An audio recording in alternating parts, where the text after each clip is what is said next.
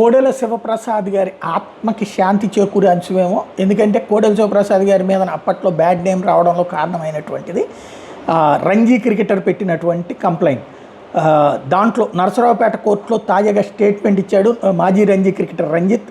MP Vijayasai Reddy, మాజీ MLA Gopireddy Srinivasa Reddy ఒత్తిడితోనే Kodela Sivaprasadarao మీద, ఆయన కుమారుడు శివరామకృష్ణ మీద చీటింగ్ కేసు పెట్టానని ప్రకటించాడు.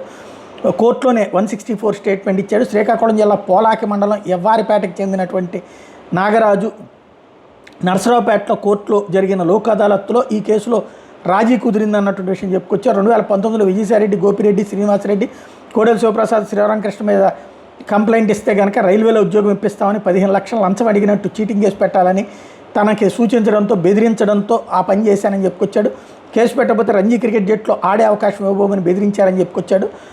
దీంతో వాళ్ళకి 15 లక్షల లంచం ఇచ్చినట్టు 2019లో నరసరావుపేట 2వ పట్టణ పోలీస్ స్టేషన్లో ఫిర్యాదు చేశాడు.